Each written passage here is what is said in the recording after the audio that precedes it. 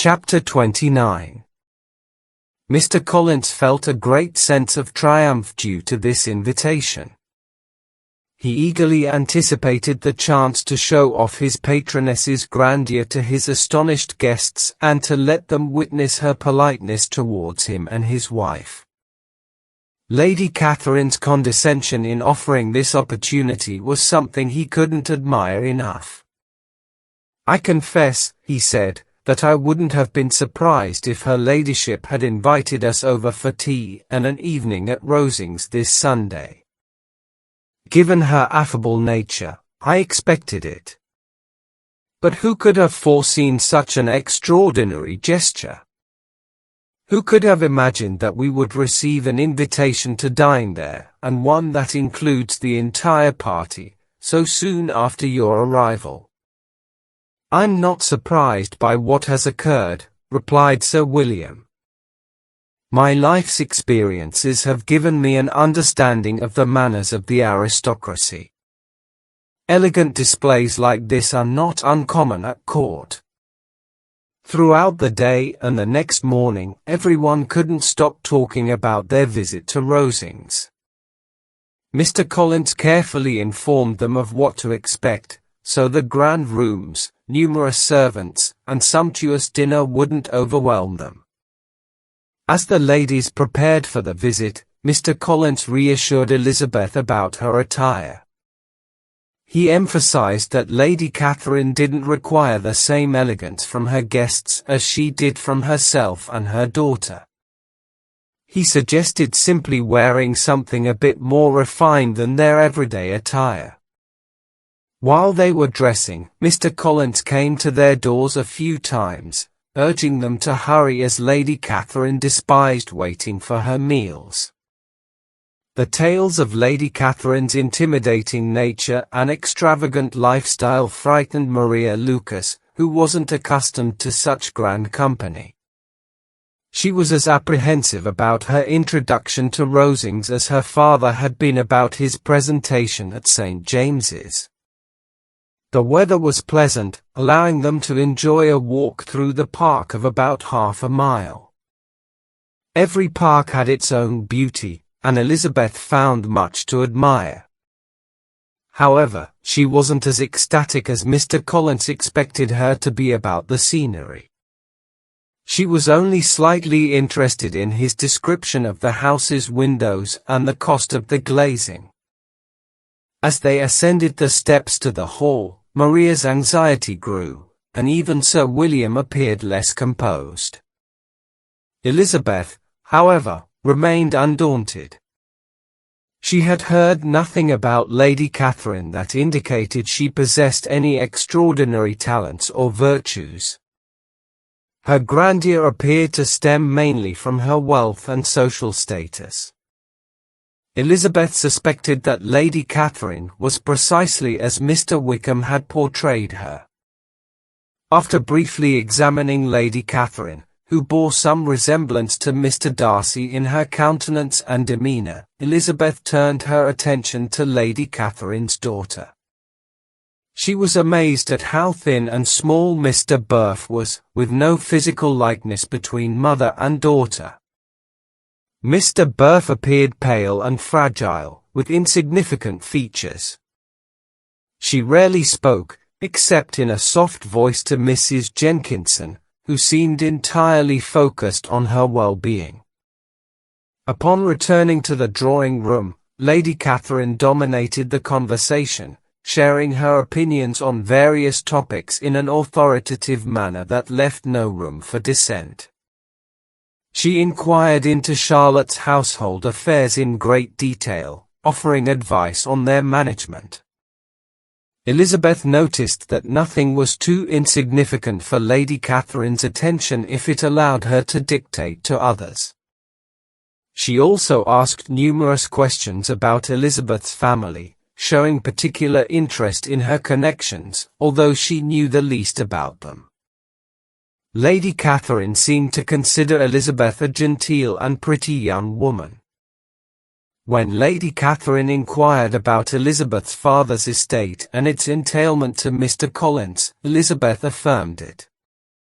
Lady Catherine expressed her approval, although she questioned the practice of entailing estates along the female line.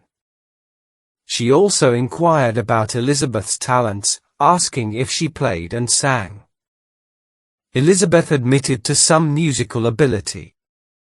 Lady Catherine hinted at the possibility of hearing her play in the future. She continued to question Elizabeth about her sister's musical talents, drawing more details from her. As Lady Catherine engaged in conversation with Mrs. Collins, she asked Maria and Elizabeth questions about their family connections. Elizabeth perceived the impertinence in her inquiries but answered them calmly. Lady Catherine remarked on the entailment of Mr. Collins and, for Charlotte's sake, expressed her satisfaction with it. The conversation flowed without interruptions, with Lady Catherine addressing a variety of topics.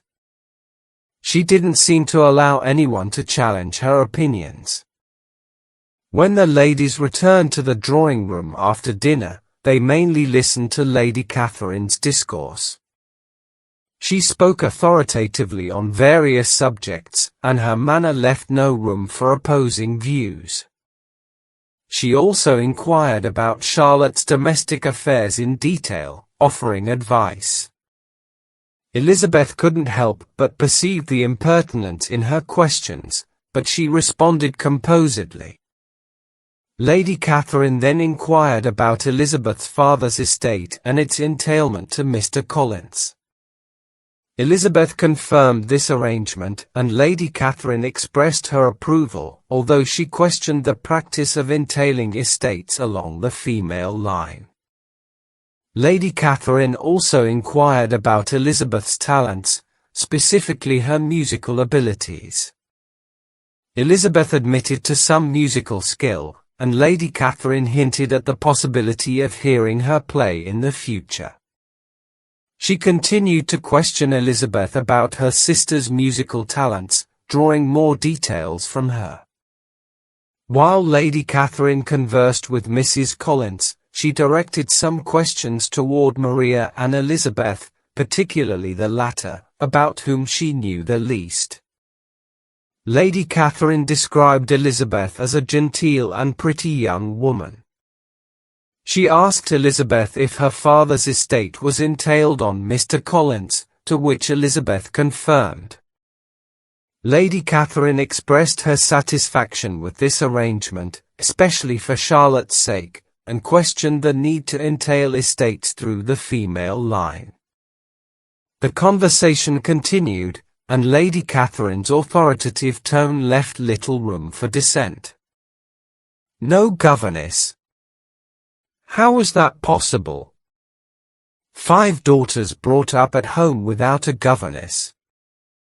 I never heard of such a thing. Your mother must have been quite a slave to your education. Elizabeth could hardly help smiling as she assured her that had not been the case. Then who taught you? Who attended to you? Without a governess, you must have been neglected. Compared with some families, I believe we were, but such of us as wished to learn never wanted the means. We were always encouraged to read, and had all the masters that were necessary. Those who chose to be idle certainly might. No doubt, but that is what a governess will prevent, and if I had known your mother, I should have advised her most strenuously to engage one. I always say that nothing is to be done in education without steady and regular instruction, and nobody but a governess can give it. It is wonderful how many families I have been the means of supplying in that way. I am always glad to get a young person well placed out. For nieces of Mrs. Jenkinson are most delightfully situated through my means, and it was but the other day that I recommended another young person, who was merely accidentally mentioned to me, and the family are quite delighted with her. Mrs. Collins, did I tell you of Lady Metcalfe's calling yesterday to thank me? She finds Miss Pope a treasure. Lady Catherine, said she, you have given me a treasure. Are any of your younger sisters out, Miss Bennet? Yes, all. All. What, all 5 out at once? Very odd. And you only the second. The younger ones out before the elder are married. Your younger sisters must be very young? Yes, my youngest is not 16. Perhaps she is full young to be much in company. But really, I think it would be very hard upon younger sisters that they should not have their share of society and amusement, because the elder may not have the means or inclination to marry early. The last born has as good a right to the pleasures of youth as the first. And to be kept back on such a motive, I think it would not be very likely to promote sisterly affection or delicacy of mind.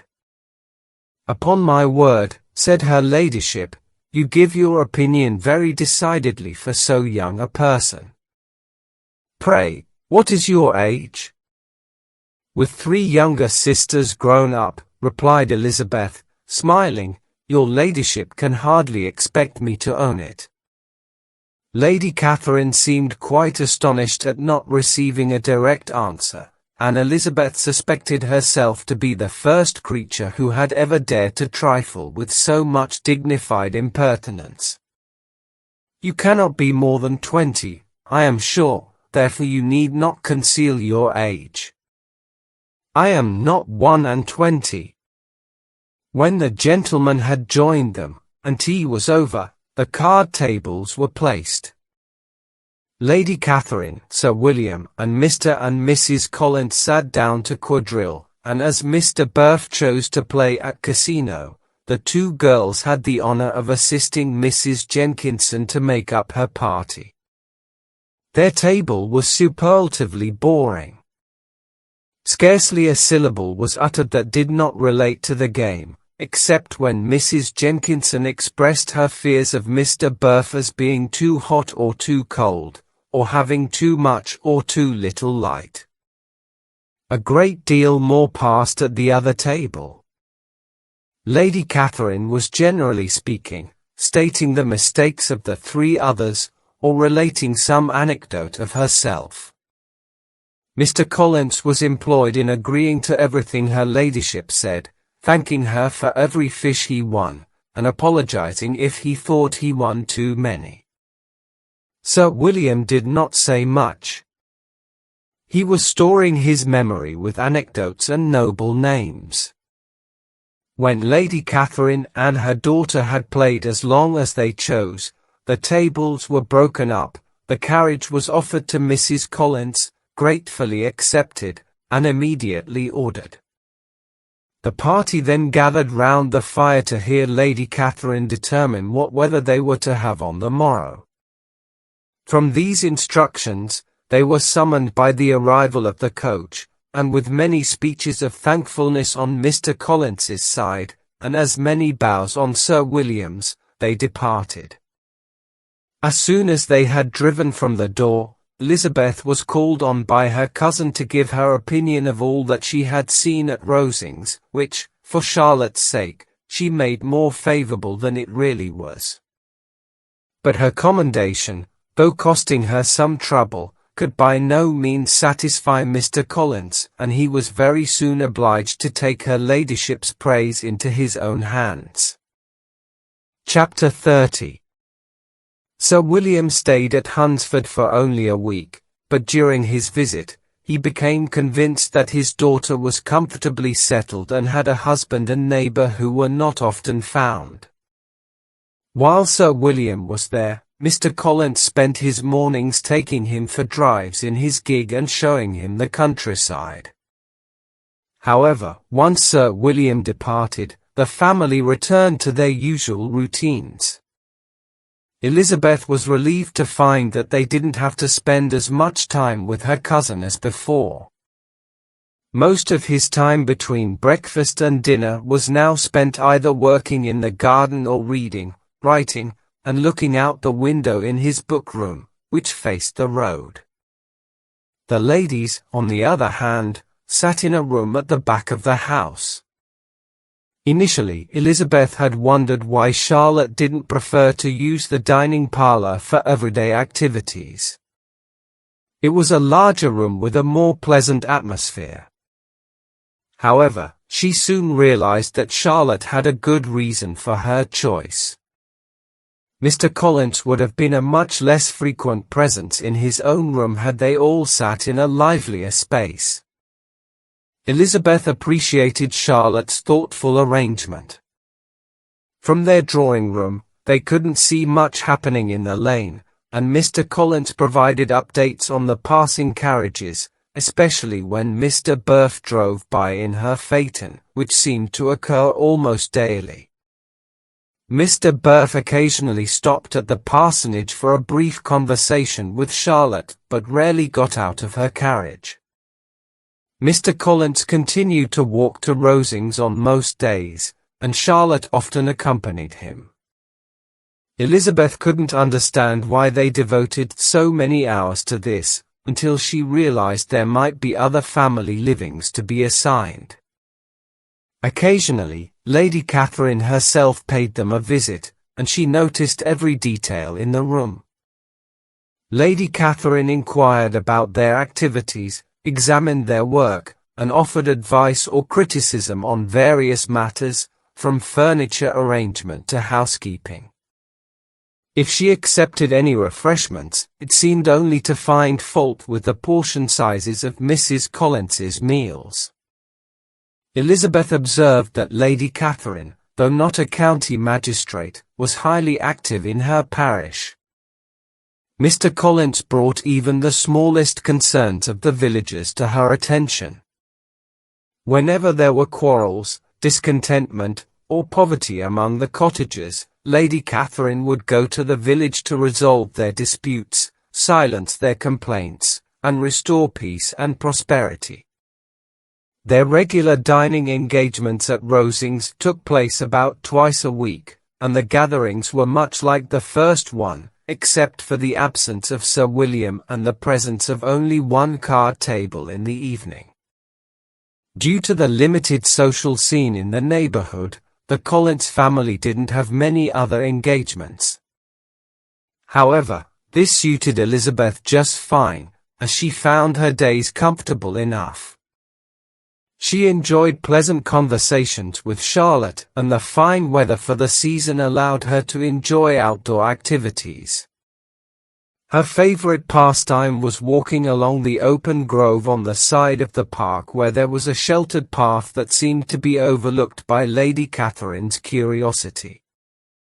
The first 2 weeks of her visit passed quietly.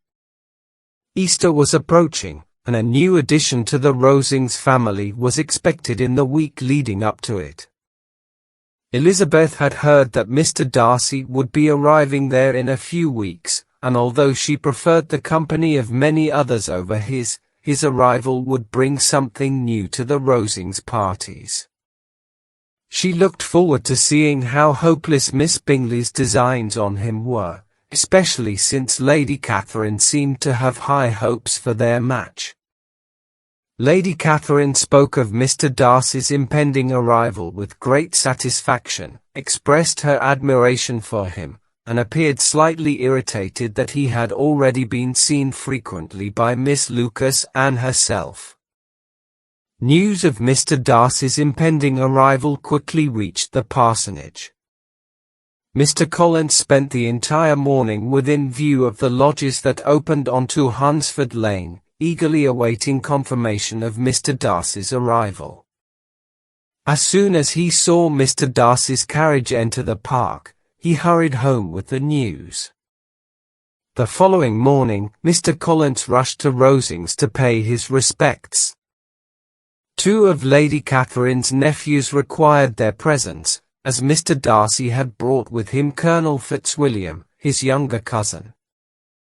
This was a surprise to everyone at the parsonage, and Charlotte saw them crossing the road from her husband's room, running to inform the girls of the honor they were about to receive.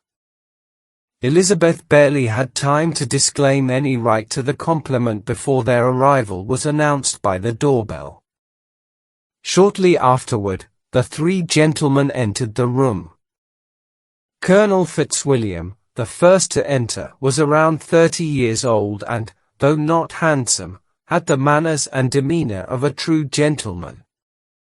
Mr. Darcy looked just as he did when she last saw him in Hertfordshire, reserved and composed. Elizabeth greeted him with a simple courtesy, saying nothing. Colonel Fitzwilliam immediately engaged in conversation with the ease of a well-bred man, making pleasant conversation. Mr. Darcy, however, after briefly commenting on the house and garden to Mrs. Collins, remained silent for a while. Eventually, he inquired about the health of Elizabeth's family in the usual manner. After a moment's pause, Elizabeth added, "My eldest sister has been in town for the past 3 months. Have you ever happened to see her there?" She knew he hadn't, but she wanted to see if he would reveal any knowledge of Jane's interactions with the Bingleys. He seemed slightly flustered as he answered that he had never been fortunate enough to meet Miss Bennet. The topic was not pursued further, and the gentleman departed shortly afterward. Chapter 31. Colonel Fitzwilliam's manners were highly praised at the parsonage, and all the ladies felt that he would greatly enhance their enjoyment of their time at Rosings. However, they didn't receive an invitation there until some days later. As long as there were other guests in the house, their presence was not required. It wasn't until almost a week after the gentlemen had arrived that they were graced with such an invitation. On Easter Sunday, they were asked to come to Rosings in the evening after church. During the past week, they had seen very little of Lady Catherine or her daughter. Colonel Fitzwilliam had visited the parsonage more than once, but Mr. Darcy had only been seen at church. They accepted the invitation, and at the appointed hour, they joined the gathering in Lady Catherine's drawing room. Lady Catherine received them politely, but it was clear that their company was not as welcome as when there were no other guests. She seemed particularly engrossed with her nephews, especially Darcy, and didn't pay much attention to the others. Colonel Fitzwilliam appeared genuinely pleased to see them, as any relief from the monotony of Rosings was welcome to him. He took a seat beside Elizabeth and engaged in a lively conversation about Kent, Hertfordshire, travel, staying at home, new books, and music. Elizabeth had never been so entertained in that room before, and their spirited discussion caught the attention of both Lady Catherine and Mr. Darcy. Darcy's eyes were frequently drawn to them with curiosity, and it became apparent that Lady Catherine was also interested when she openly inquired about their topic of conversation. When asked to speak louder, Colonel Fitzwilliam explained that they were discussing music. Lady Catherine professed her love for music, claiming to have a superior natural taste. She expressed regret that she hadn't learned to play herself, but praised her daughter's musical abilities. She also gave advice on the importance of constant practice in achieving excellence in music. Elizabeth was amused by Lady Catherine's remarks, and Mr. Darcy, though a bit embarrassed by his aunt's behavior, said nothing. After coffee, Colonel Fitzwilliam reminded Elizabeth of her promise to play for him. She sat down at the piano, and he took a chair nearby. Lady Catherine initially listened to part of a song, but soon returned to her conversation with her nephews, leaving Darcy to watch Elizabeth play. Elizabeth noticed Darcy's attention and, during a break in the music, teasingly remarked that he seemed to have come in such a state just to hear her play. She assured him that she couldn't be frightened by such tactics and that she didn't easily succumb to intimidation. Darcy replied that he wasn't trying to frighten her and that he knew she enjoyed expressing opinions that weren't her own.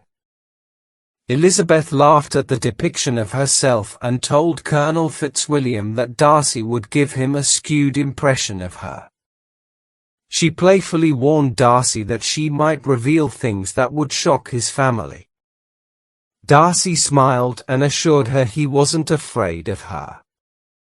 Colonel Fitzwilliam then asked to hear what accusations she had against Darcy's behavior among strangers. Elizabeth continued the playful banter, saying that Darcy had only danced 4 times at a ball in Hertfordshire when there was a shortage of partners. Darcy explained that he didn't know any ladies at the assembly beyond his own party.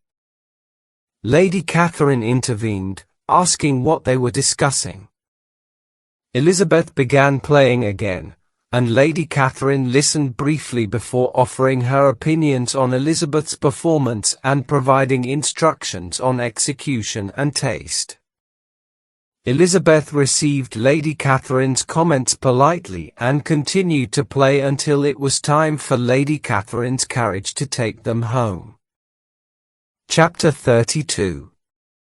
Elizabeth sat alone the next morning, writing a letter to Jane. Mrs. Collins and Maria had gone into the village on some errands. Suddenly, the doorbell rang, announcing a visitor.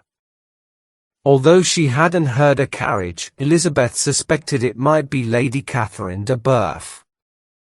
With that thought in mind, she hurriedly put away her half-finished letter to avoid any intrusive questions. To her great surprise, when the door opened, it was Mr. Darcy who entered the room. He seemed equally surprised to find her alone and apologized for his unexpected intrusion, explaining that he had assumed all the ladies were present. As they sat down, the conversation seemed in danger of fading into silence after inquiries about Rosings. Elizabeth, needing to break the silence, brought up the abrupt departure from Netherfield last November. Your sudden departure from Netherfield in November was quite surprising, Mr. Darcy, she began. It must have been an unexpected visit for Mr. Bingley since, if I remember correctly, he left just the day before. Were he and his sisters well when you left London? They were perfectly well, thank you, he replied briefly, leaving no room for further questions. Undeterred, Elizabeth asked, I heard that Mr. Bingley had no plans to return to Netherfield. Is that true? I haven't heard him say so, but it's possible he may spend less time there in the future. He has many friends and obligations that keep him occupied. Elizabeth continued, if he intends to spend little time at Netherfield, it might be better for the neighborhood if he gave up the place altogether. Then, perhaps, we could hope for a more permanent resident to establish a family there. But I suspect Mr. Bingley's reasons for acquiring the house were more personal. We should expect him to decide its fate based on the same principle. Mr. Darcy remarked, I wouldn't be surprised if he were to give it up when an appealing purchase opportunity arises. Elizabeth remained silent, unwilling to discuss Mr. Bingley further. Mr. Darcy noticed her reluctance to continue the conversation and shifted the topic to the comfort of the parsonage. They conversed briefly about Lady Catherine's renovations to the house and the suitability of Mr. Collins's choice of a wife. After a short dialogue about the countryside, Mr. Darcy abruptly asked, "Are you pleased with Kent?" Elizabeth was taken aback by the sudden change in topic but replied calmly, "It's a comfortable place." "I suppose I am." Mr. Darcy continued, "You can't be attached to it as strongly as you are to Hertfordshire. You haven't always lived in Longbourn." This comment surprised Elizabeth. Mr. Darcy's demeanour changed as he withdrew from the conversation, taking up a newspaper and reading it with a cold detachment. He then asked, "Shall we discuss the countryside?" Their dialogue on the subject of the country was brief and uneventful. Charlotte and Maria returned from their walk, and the tete-a-tete between Mr. Darcy and Elizabeth ended.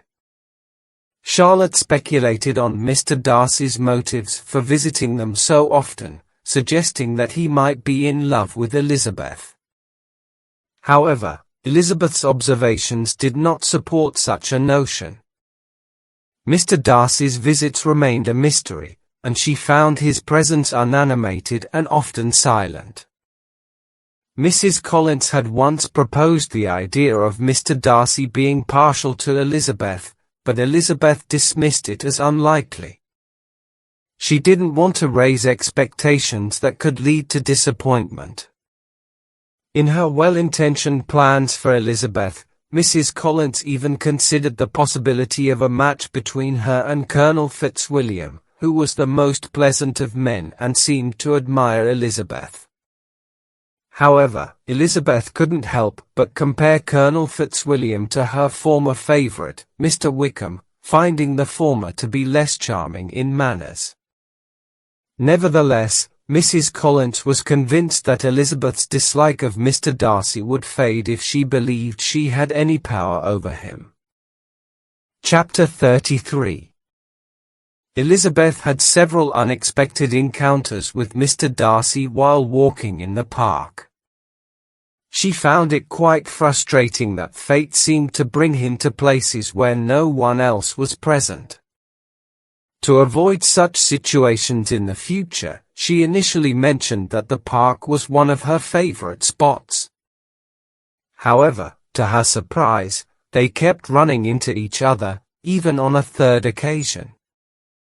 It felt like either deliberate ill will or self-imposed punishment on his part, as he not only engaged in polite conversation but also turned back to walk with her. Their discussions were not very extensive, and Elizabeth didn't make much effort to talk or listen. However, during their third encounter, she noticed that his questions were somewhat peculiar. He asked about her enjoyment of Hunsford, her solitary walks, and her opinion of Mr. and Mrs. Collins's happiness. He also seemed to expect that she would be staying at Rosings whenever she returned to Kent.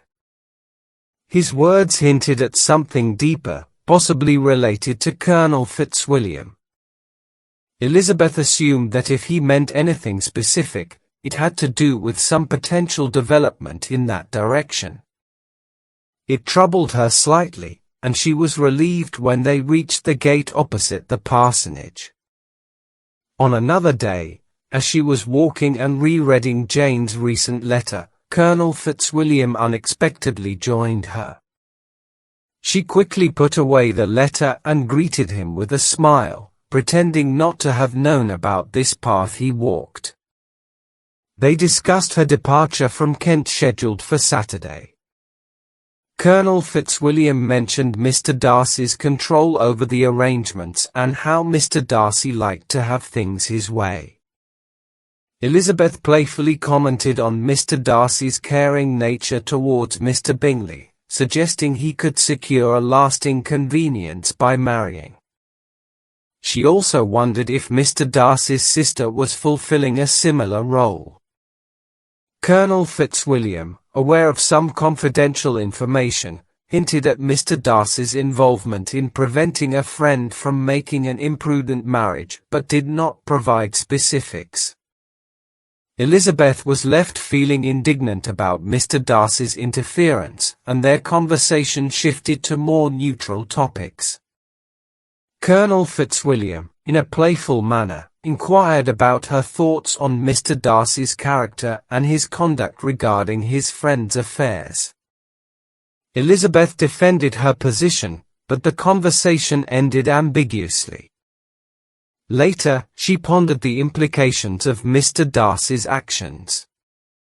She believed that Mr. Darcy had a significant role in separating Jane and Mr. Bingley, but she had previously attributed the scheme more to Miss Bingley. Now, she considered that Mr. Darcy's pride and whims had been instrumental in causing Jane's suffering.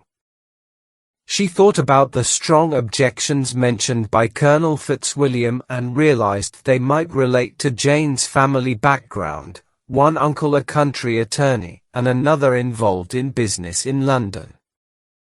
Elizabeth defended Jane's qualities, her father's abilities, and her own family's respectability. However, when she thought of her mother, her confidence wavered slightly. She believed that Mr. Darcy's pride was hurt more by the lack of social standing in her family connections than by any deficiency in their sense or manners. Elizabeth concluded that Mr. Darcy had been motivated partly by this type of pride and partly by a desire to keep Mr. Bingley for his own sister's sake.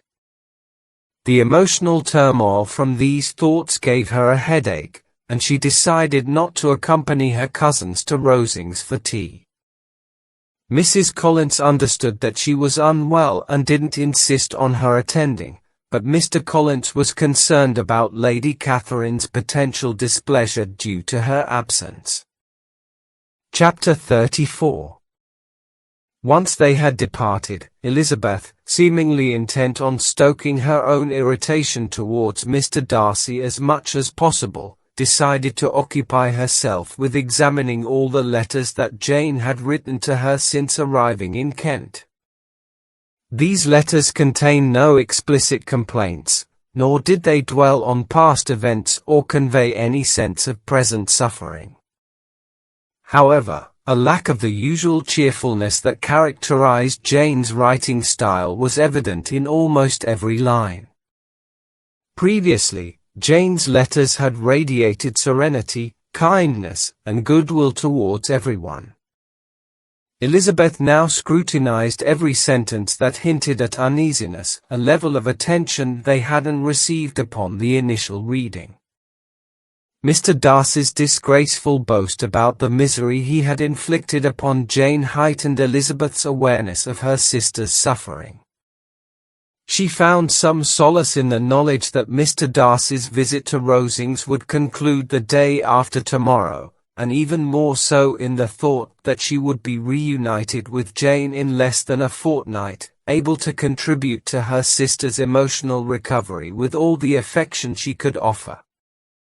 Although Elizabeth couldn't help but think about Mr. Darcy's departure from Kent, knowing that his cousin Colonel Fitzwilliam would accompany him, she remembered that Colonel Fitzwilliam had made it clear he had no intentions in pursuing her affections. As agreeable as he was, she had no intention of feeling unhappy about him. While she pondered this matter, her thoughts were suddenly interrupted by the sound of the doorbell. She felt a flutter of nerves, wondering if it might be Colonel Fitzwilliam himself, as he had called late in the evening before and might be inquiring after her.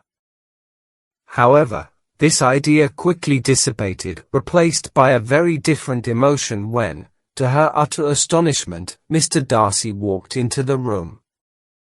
In a hurried manner, he inquired about her health, suggesting that he visited to learn of her improvement. She responded with cold civility and he sat down for a few moments, then got up and paced around the room. Elizabeth was surprised but remained silent. After several minutes of silence, he approached her with agitation and began. "I have struggled in vain. It will not do. My feelings cannot be repressed. You must allow me to tell you how much I admire and love you." Elizabeth's astonishment was indescribable. She stared, blushed, doubted, and fell silent. Mr. Darcy interpreted her response as sufficient encouragement and immediately followed up with an avowal of his long-standing affection. He spoke eloquently, but there were elements beyond mere affection that he felt compelled to address, and he was just as passionate in expressing his sense of her inferiority, viewing their union as a degradation. His speech seemed more concerned with pride than tenderness, making Elizabeth even more resolute in her feelings. She tried to maintain her composure and respond to him patiently. When he finished, she said, "In such cases as this, it is customary to express gratitude for the sentiments avowed, even if they are not reciprocated. It is natural to feel an obligation, and if I could feel gratitude, I would thank you. But I cannot. I have never sought your good opinion, and you have certainly given it most unwillingly. I regret causing pain to anyone, but it was unintentional, and I hope it will be short-lived. The feelings you have mentioned, which prevented you from acknowledging your regard for so long, should have little difficulty in overcoming it after this explanation." Mr. Darcy, leaning against the mantelpiece, listened to her words with a mixture of resentment and surprise. After a pause, he said in a forced calm, "So, this is all the response I can expect? I may wish to know why I am rejected so uncivilly, but it matters little." Elizabeth replied, "I might inquire why you, with a clear intention to offend and insult me, chose to tell me that you loved me against your will, reason, and even character. Wasn't that some justification for incivility on my part, if I were indeed uncivil? But I have other provocations. You know I do. Even if my feelings had been different, if I had been indifferent or even favorable to you, do you think any consideration would tempt me to accept the man who has been the cause of ruining, perhaps forever, my beloved sister's happiness?" As she spoke these words, Mr. Darcy's complexion changed, and although he momentarily displayed strong emotions, they quickly subsided, and he listened without attempting to interrupt her. Elizabeth continued, "I have every reason in the world to think ill of you. No motive can justify the unjust and ungenerous role you played in that affair. You dare not deny that you were the principal, if not the sole, cause of their separation, exposing one to the world's censure for capriciousness and instability and the other to ridicule for dashed hopes, plunging them both into acute misery." She paused and noticed that Mr. Darcy was listening with an air that showed he remained unmoved by any feeling of remorse. He even looked at her with a smile that feigned incredulity. She repeated, "Can you deny that you did this?" With feigned calmness, he replied, "I have no desire to deny that I did everything in my power to separate my friend from your sister, and I am delighted with the outcome. I have been kinder to him than to myself." Elizabeth scorned his attempt at reconciliation, but the underlying message did not escape her, nor was it likely to win her over. She continued, "But it is not just this matter on which my disapproval is based. My opinion of you was formed long before this incident. Your character was revealed to me months ago in Mr. Wickham's account. What can you say on this subject? How can you defend yourself in an imaginary act of friendship? Or under what misrepresentations can you deceive others? You seem to have a keen interest in that gentleman's affairs," Mr. Darcy remarked with a less tranquil tone and heightened color. "Who, knowing his misfortunes, could help feeling an interest in him?" Elizabeth responded. "His misfortunes?" Mr. Darcy sneered.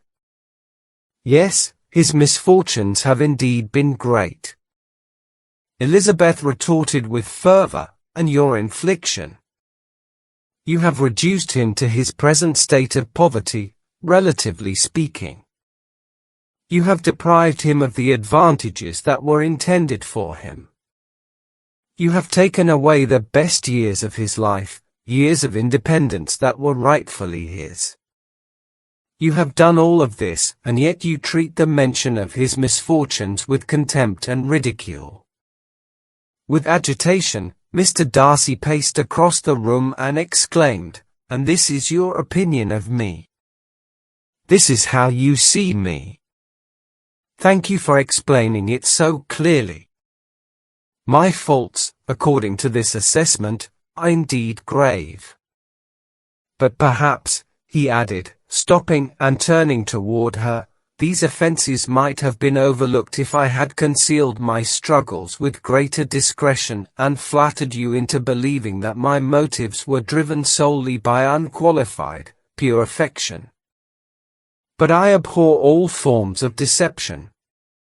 I am not ashamed of the feelings I have confessed.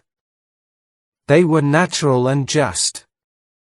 Did you expect me to rejoice in the inferiority of your connections, to congratulate myself on the prospect of having relations whose social standing is clearly beneath my own?"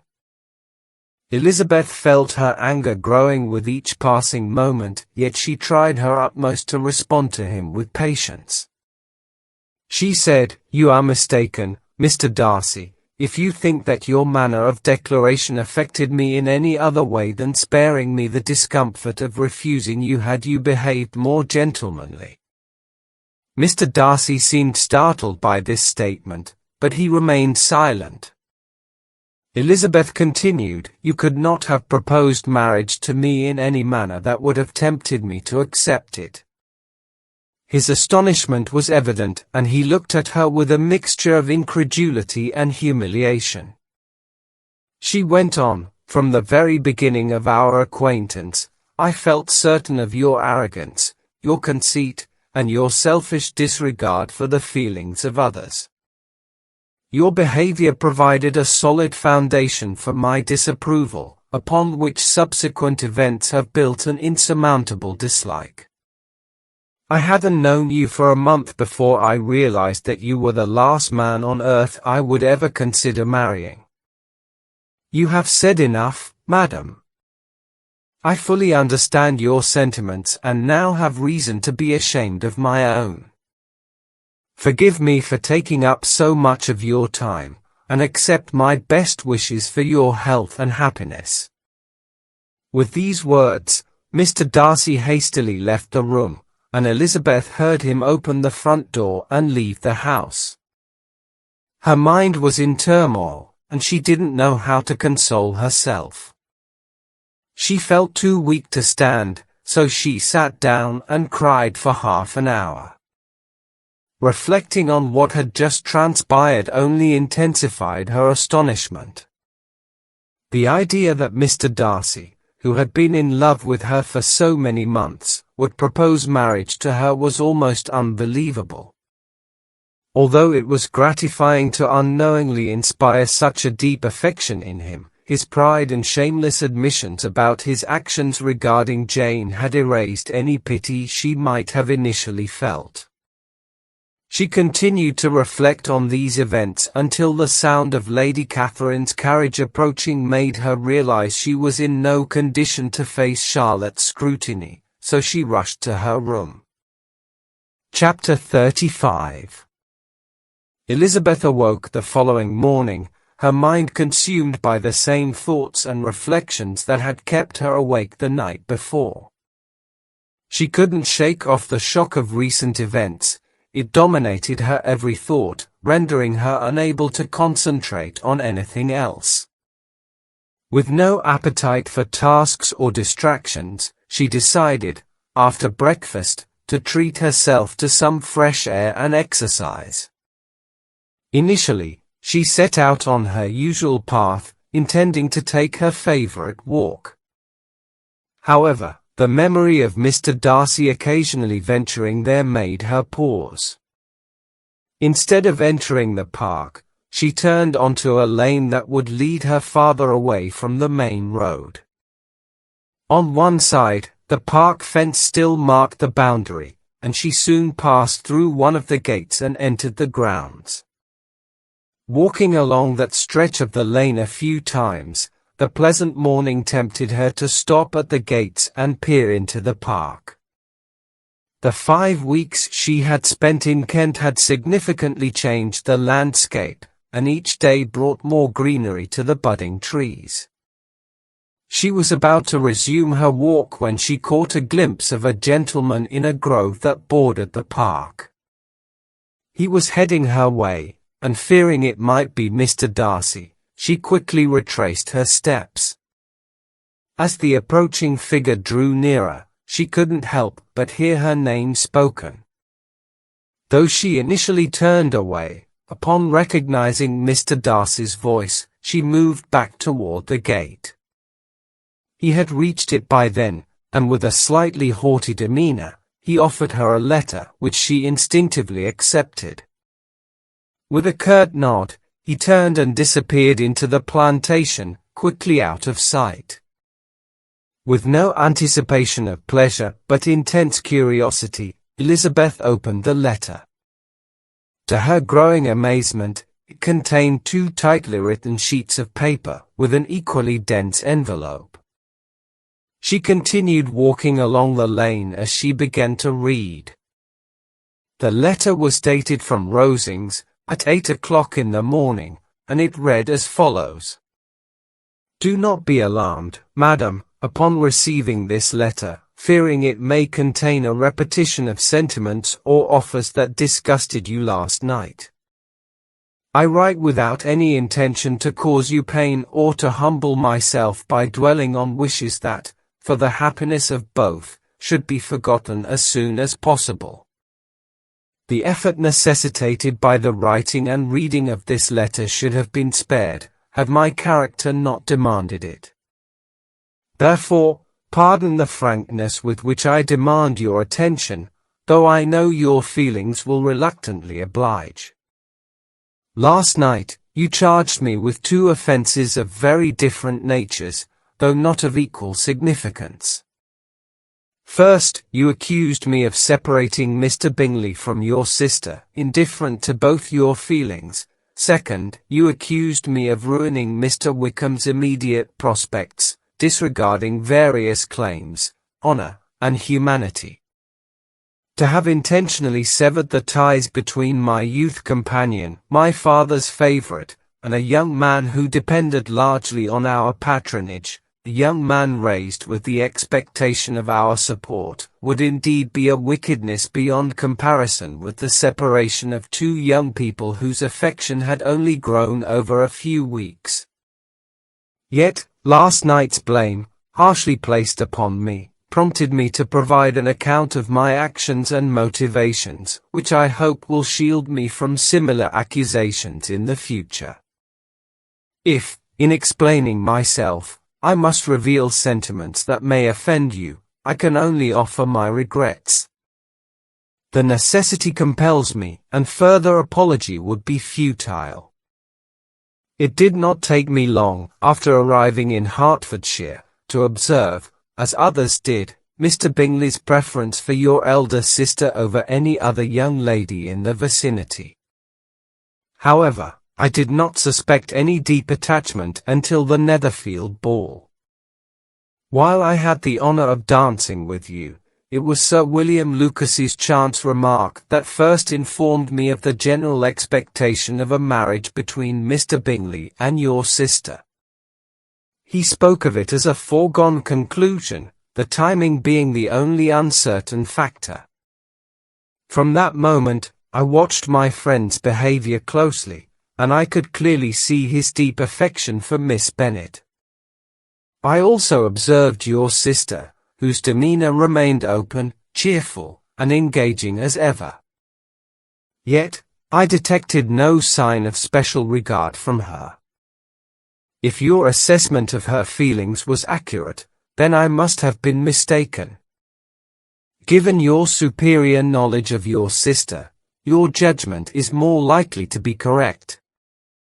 If so, and if I caused her pain due to my mistake, your resentment is justified.